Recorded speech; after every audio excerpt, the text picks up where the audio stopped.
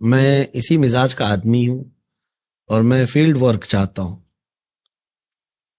اور ابھی آپ نے جیسے تنظیم کے سلسلے میں پوچھا، ہماری ایک الامان سنی فاؤنڈیشن ہے، ٹھیک ہے، رجسٹرڈ ہے، ایک ٹرسٹ بھی ہے.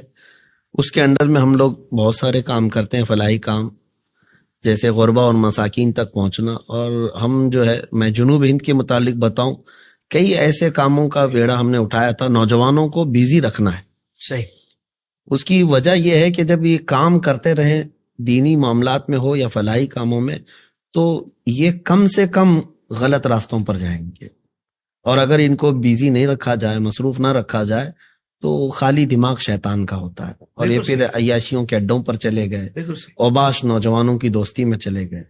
تو ان کو مصروف رکھنے کے لیے ہم نے کئی ایکٹیویٹیز کی. جیسے مثال کے طور پر آپ کو بتاؤں کہ نوجوانوں کو ہم نے ایک مرتبہ کہا تھا کہ جہاں کہیں بھی شادی ہو، ولیمہ ہو، جو بھی تقریب ہو رہی ہو اپنے اہل سنت و جماعت کے، تو وہاں پر ہمارے نوجوانوں کی ایک ٹیم سے ہم نے کہا تھا کہ ان کے پاس جاؤ، بہت سارا کھانا آپ یوں ہی شادیوں میں پھینک دیتے ہیں، کچھ چاول جو ہے آپ ہمارے جھولی میں ڈال دیا کرو. اور وہ جمع کرتے رہے، لوگ جمع کرتے رہے ہر جگہ سے.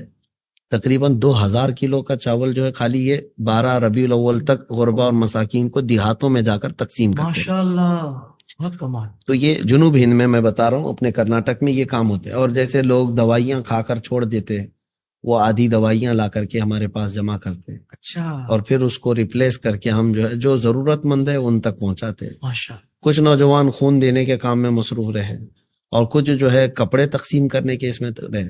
یہ ساری چیزیں، ایکٹیویٹیز اسی لیے ہم کرواتے رہے نوجوانوں کو کہ ان کو مصروف رکھنا بہت ساری برائیوں سے چھوڑنے کا سبب بنے. بہت کمال، بہت ساری برائیوں سے تقلید ہے.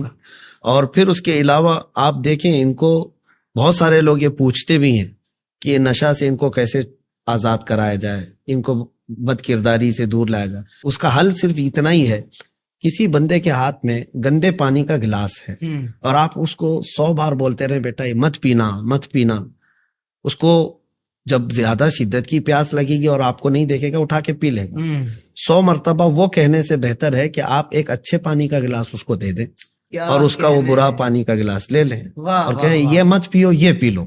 سبحان اللہ، سبحان اللہ. تو ہم نے اس مشن پر کام کرنے کی کوشش کی. بہت سارے لوگ اس طرح کے عام کاموں میں مصروف رہے یا غلط راستے پر رہے، تو ہم نے ان کو وہاں سے ہٹا کر کے کہا کہ ان کاموں میں اپنا وقت لگاؤ. واہ واہ واہ. اور وہ نوجوان الحمدللہ ایسے ہیں، سینکڑوں کی تعداد میں آج ہیں، جنہوں نے اپنے پرانی ان تمام چیزوں سے توبہ کیا اور یہ ایکٹیویٹیز میں لگے ہوئے ہیں الحمدللہ. سبحان اللہ. بہت ایسے ہیں جو فجر کی نماز کے ایسے پابند ہیں کہ وہ پورے لوگوں کو جگاتے بھی ہیں. اللہ، الحمدللہ. ماشاءاللہ.